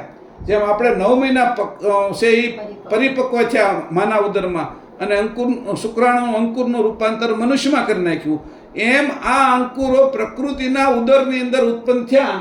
જે એ પ્રોટોન, ઇલેક્ટ્રોન, બ્રહ્મા, વિષ્ણુ અને શંકર પરિપક્વ થયા. આપણે 9 મહિના થયા, તે ઘણો લાંબો સમય થયા. મનુ અને શત્રુપા છે એ પહેલા ઉત્પન્ન થયા. જે મનુષ્ય એ 1,70,64,000 વર્ષ સુધી પાક્યા, ત્યારે પહેલા ઉત્પન્ન થયા. અને પછી આખું યંત્ર બની ગયું તો આપણે 9 મહિને ઉત્પન્ન થાય છે.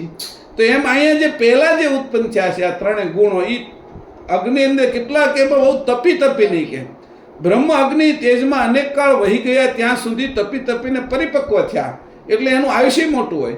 ત્યારે તેઓ ઘાટની વૃદ્ધિને પામ્યા, અર્થાત 3 ગુણનો બ્રહ્મનું પોષણ પામી ઘણા કાળે ઘાટની આકૃતિવાળા થયા. હવે આ આકૃતિ સ્થૂળ થઈ, આકૃતિવાળા થયા. ગુણ છે એ આકૃતિવાળા થયા. હવે પહેલા જોતા રજોગુણમાં તો અહીંયા સુધી પહોંચ્યા તો આપણે બધા આકૃતિવાળા થયા છીએ. હવે આકૃતિ કેવા પ્રકારે થઈ છે એના માટે કંદ 4 પેજ નંબર 74-75 ચોપાઈ 20-30 74-75 ચોપાઈ 20-30 કેવી રીતે પછી કાર્ય કરે છે એ દેખાડ્યું. પાક્યા તો ખરા, પણ પાકીને તમે કરશો હું તો હવે કાર્ય દેખાડે છે એનું. પ્રકૃતિ પેરક બીજ વિલસ ભયાના ખટ ગુણ ગણ માહી કિયેહુ પિયાના જેહી ખટ ગુણ ગણ મિલી અપાવની પ્રસિદ્ધ પ્રભાવ ઠાવ કહુ સૌની. પ્રકૃતિ પેરક બીજ વિલસ ભયાના ખટ ગુણ ગણ માહી કિયેહુ પિયાના જેહી ખટ ગુણ ગણ મિલી અપાવની પ્રસિદ્ધ પ્રભાવ ઠાવ કહુ ગત સૌની. હે અંશ, હિરણ્ય ગર્ભરૂપ વિભૂતિ યુક્ત જે બીજ છે તેમાં પ્રકૃતિની પ્રેરણા થવાથી આ બીજરૂપ ગર્ભમાંથી અંકુર વિલસ્યું. આમાંથી જે 3 ગુણ, ઓલું અંકુર નથી કહેતા, આ બાજુનું અંકુર હવે શરૂ થયું, એમાંથી જ 3 ગુણ અને 3 ગણ થયા છે પ્રકૃતિનું. જે આપણે વાંચ્યું ને આગળ કે એમાંથી પાકીને થયા છે, એમ તો કે એમાંથી 3 ગુણ અને 3 ગણ થયા છે. જે વિભૂતિયુક્ત બીજમાં પ્રકૃતિની પ્રેરણા થઈ તેમાંથી જે ગુણ ગણ સ્ફુર્યા તેમાં પુનઃ અંશે આવીને સ્થાન લીધું. આ ગુણગણના સ્થૂળ અને સૂક્ષ્મ દેહો બંધાયા છે. હવે પછી દરેક ઘાટની ગતિનો પ્રસિદ્ધ પ્રભાવ ઠીક કહું છું તે સાંભળો. એ કે હવે કીધું કે જે સૂક્ષ્મ અને સ્થૂળ એ ઘાટવાળા છે બે. આપણું જે સ્થૂળ દેહ છે, સૂક્ષ્મ અને સ્થૂળ દેહ છે એ ઘાટવાળો છે. આપણે બધા ઘાટ જોઈએ છીએ, અને સૂક્ષ્મ દેહ ઘાટવાળો છે, પણ એ ઘાટ વિલાઈ જાય છે. આપણે સપનામાં ફરીએ છીએ, ઘાટવાળો જ છે. તો કે 2 દેહો તો મૂળ ઘાટવાળા છે.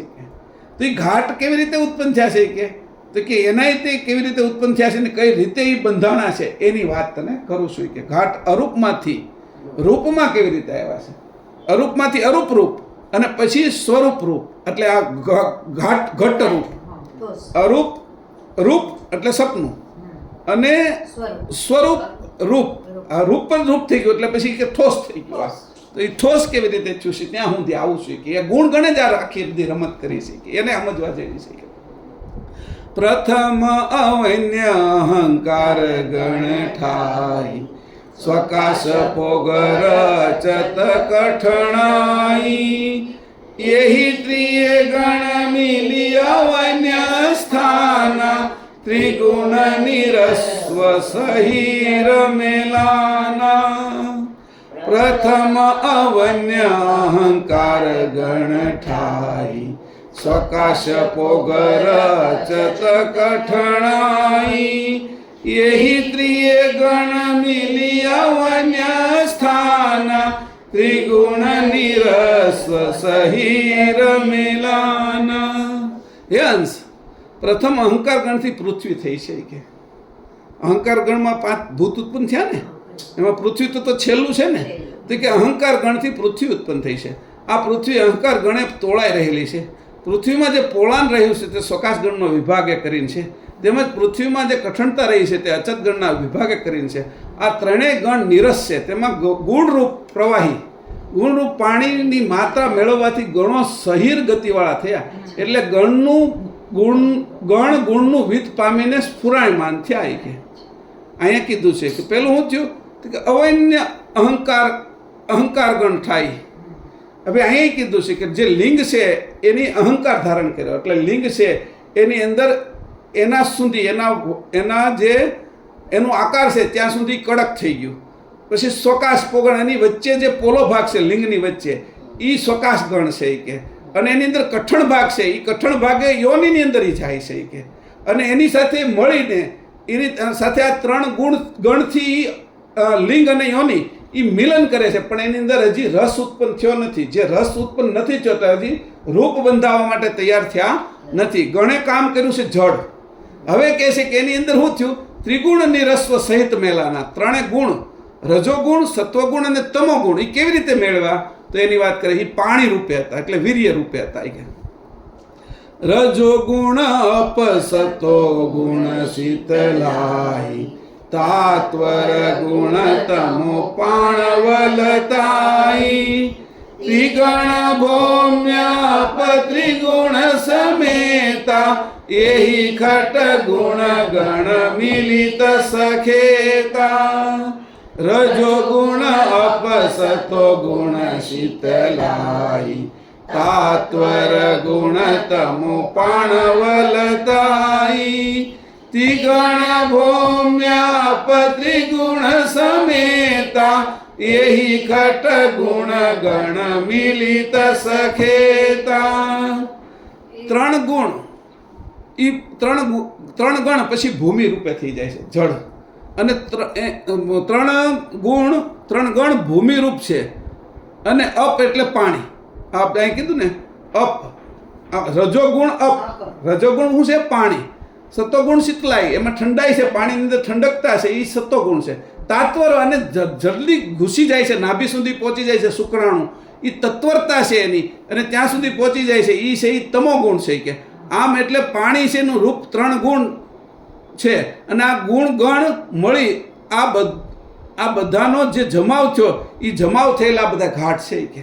હવે અહીંયા એની સમજાયું છે, એની અંદર લોક ભાષામાં સમજાયું છે, જાહેરની અંદર આ ન કહી શકાય એટલા માટે એની નથી કીધું. નકર આખી પ્રક્રિયા એની એવું કીધું છે કે સ્ત્રી અને પુરુષનું જે મિલન થાય છે નર નારીનું કોઈ પણ ઘાટમાં, તો એની અંદર જે એનું મૂળ લિંગ છે એ લિંગ કેવી રીતે બંધાય છે, કેવી રીતે એની અંદર ચળવળ આવે છે, એ ચળવળથી યોનિની અંદર એ કેવી રીતે આ પાણી મૂકે છે, અને એ જે સત્વ રૂપ પાણી, અમૃત રૂપ પાણી છે, જે વિત્ત છે એ વિત્તનું જે બંધારણ થયું છે, અને એ જે ઠોસ રૂપે જે દેખાય છે આ જગત, એ અવ્યક્તમાંથી વ્યક્ત થવાની રીત બતાવી કે બધા જ ઘાટો છે એ રીતે વ્યક્ત થયા છે.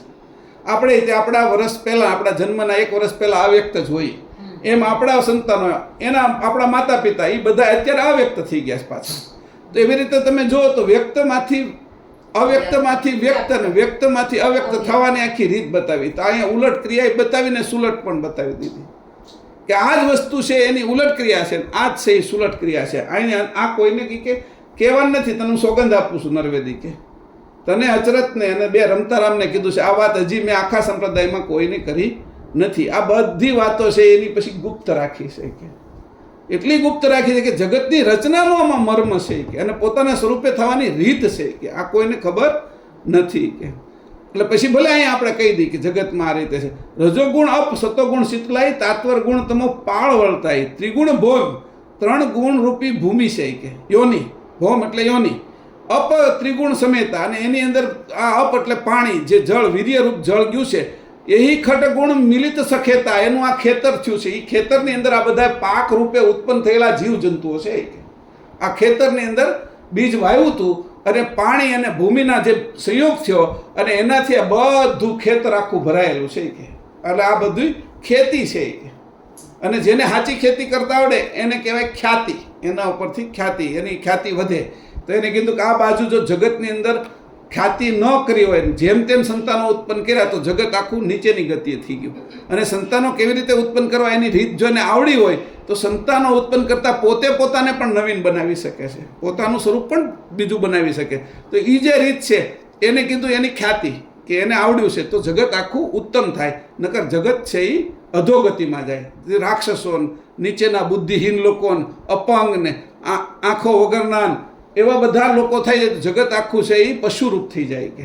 તો અહીંયા મનુષ્યને માટે કીધું છે. આ વાત કાંઈ પશુ સમજવાના નથી કે.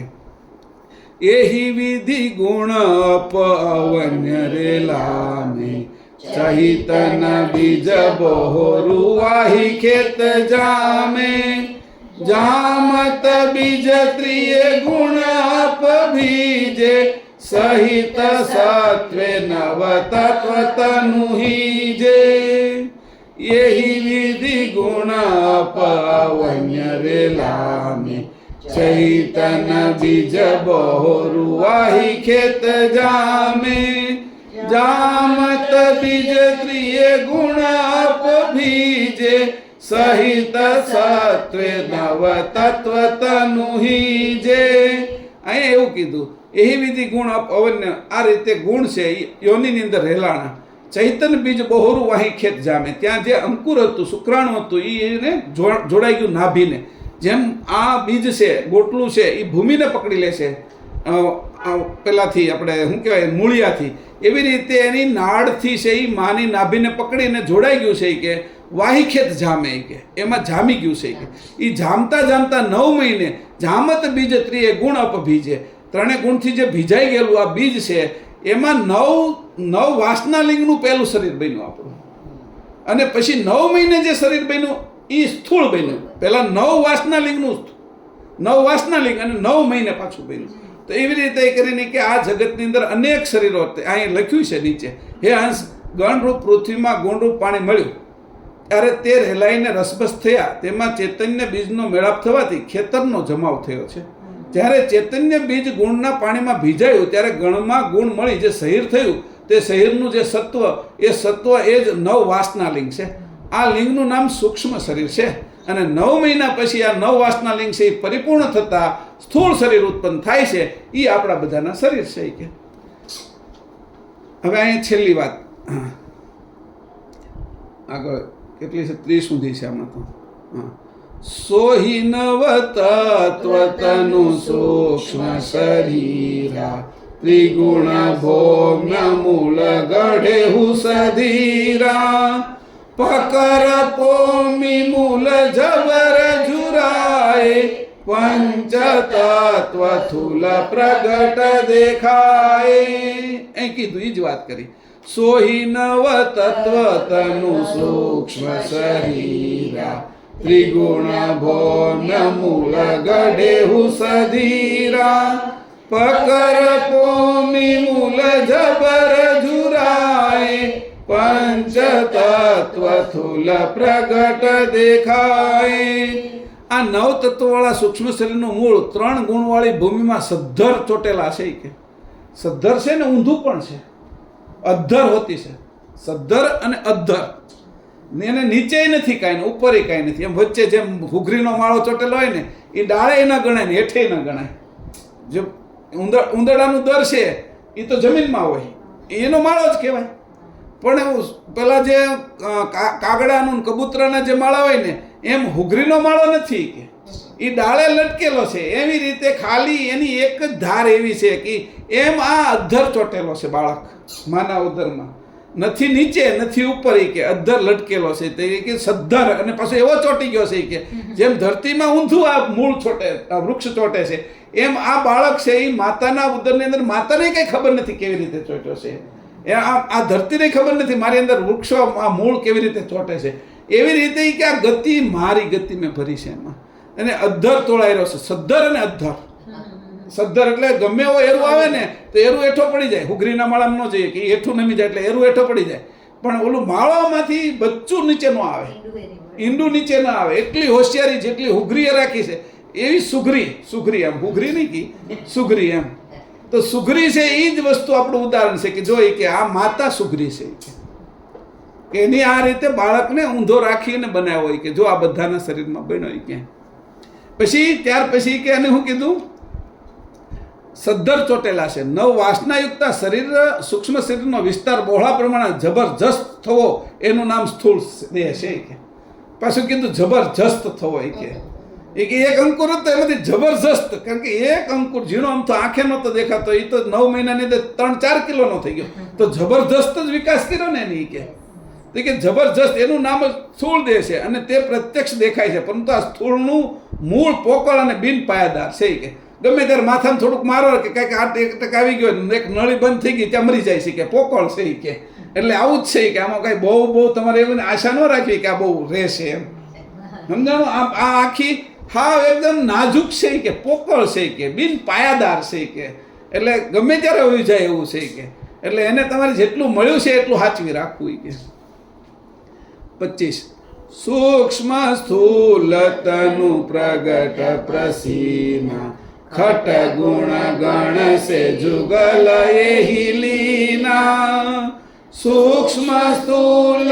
કારણ મહજેહી પરમ કારણ પંચમો તનુ તેહી સૂક્ષ્મ સ્થૂલ તનુ પ્રગટ પ્રસીના ખટ ગુણ ગણ સે જુગલ એહી લીના સૂક્ષ્મ સ્થૂલ કારણ મહજેહી પરમ કારણ પંચમો તનુ તેહી હે મોટી ગતિવાળા અંશ એને કીધું તું તો આ વાત સમજવા માટે તારી ગતિ નાની છે જ નહીં સમજીએ કઈ એટલે પહેલા સંબોધન જ એવું કહ્યું મોટી ગતિવાળા અંશ કે તારી જો મોટી ગતિ રાખજે કે નાનું એવું મગજ રાખીશ ને તો તું આમાં કાંઈ સમજી નહીં કે તને વાસના દેખાશે કે હું તને ઉપાસના કહું છું પણ તને દેખાશે વાસના કે એટલે એને પહેલા જ કીધું હે મોટી ગતિવાળા અંશ નાની ગતિવાળા કે આમાંથી હટી જજો જેની બુદ્ધિ નાની છે એ વાતને ઊંધી લેશે કે પણ હું વાતને સીધી લેવા માટે કહું છું કે તો કે હે મોટી ગતિવાળા અંશ આ જગતમાં સ્થૂળ અને સૂક્ષ્મ શરીરનો પ્રગટ પસારો દેખાય છે સ્થૂળ અને સૂક્ષ્મનો તો પ્રગટ પસારો દેખાણો હોય કે પરંતુ આ પસારો 3 ગુણ અને 3 ગણના અર્કોડે થયેલો છે અહીંયા પાછું એની આગળ જે કીધું છે વળી સ્થૂળ સૂક્ષ્મ કારણ મહાકારણ અને 5મું પરમ કારણ જે શરીર છે તેનો નીચે પ્રમાણે સ્પષ્ટ ખુલાસો કરું છું તે તું સાંભળ એ હવે નીચે પ્રમાણેનો ખુલાસો કરતાં આપણે મોડું થઈ જશે એટલે અહીંયા રાખીએ છીએ એટલે એને કીધું જો આ રીતે ગુણ કેવી રીતે ત્યાંથી આકાશમાંથી લાવી બહાર વર્તાવ્યા અને ઘાટમાં અંકુરથી લઈ અને એને પ્રગટ કર્યા ત્યાં સુધીનું ગુણનું અને ગણની કેટલી સરસ વ્યવસ્થા કરી છે કે અને એને તમને મેં દેખાડ્યા કે તો કે સૂક્ષ્મ અને સ્થૂળ એ માના ઉદરની અંદર થયું પણ જે ગતિ હતી એ કારણ રૂપે હતી આખી તમોગુણ કારણ તત્વર હતું એટલે જે પિતાજીના બ્રહ્મરંધમાંથી તત્વરતાથી જે નીચે આવ્યું અને લિંગ દ્વારા યોનિથી તત્વરતાથી જે નાભીએ ચોંટી ગયું એ આખી ગતિ કારણની છે સમજાણું તમોગુણની એ પછી જે આજ્ઞા ચક્રે જે જ્યોતિ હલી એ એનું મહાકારણ દેહ છે અહીંયા બી ભેગું છે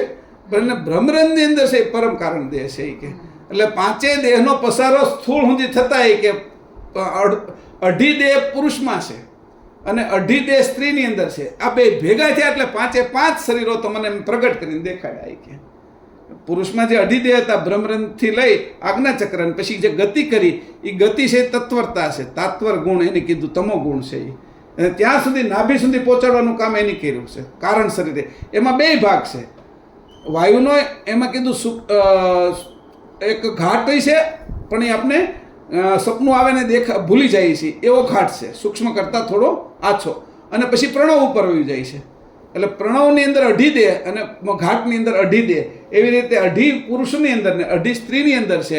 એવી રીતે આ ભૂમિની અંદર જે બીજ નાખી છે એની અંદર અઢી દે છે એ સ્થૂળ એ ભૂમિની અંદર થાય છે, અને બહારથી જે આવે છે એ અઢી દે બહારથી ઉત્પન્ન થાય છે. એવી રીતે 5 શરીરનું આપણું બંધારણ એ અહીંયા ગુણના આધારિત કેવી રીતે બતાવ્યું એ કીધું પરમ ગુરુએ. એટલે એટલું સરસ રીતે આમાં વર્ણન કર્યું છે. આનાથી પછી આગળનો જે વિષય છે એ એનાથી શ્રેષ્ઠ ખુલશે કે હવે એનું ઉલટ ક્રિયા શું છે. ઉલટ ક્રિયા માટે આપણે પાછું ત્યાં જવાનું જ છે, અને એનો જે ક્રમ છે ઉલટ ક્રિયાનો એ પેજ નંબર 349 થી 351 છે. સમજાણું? ઉપપ્રકરણ 7 ગુણગણની એને આપણે વ્યવસ્થિત આને સમજાઈશું ને તો એને લઈ શકશું. બરાબર? એટલા માટે મેં આને ઊંડાણથી લીધું છે. શ્રીમદ કરુણા સાગર ભગવાન કી જય. સત કેવલ સાહેબ.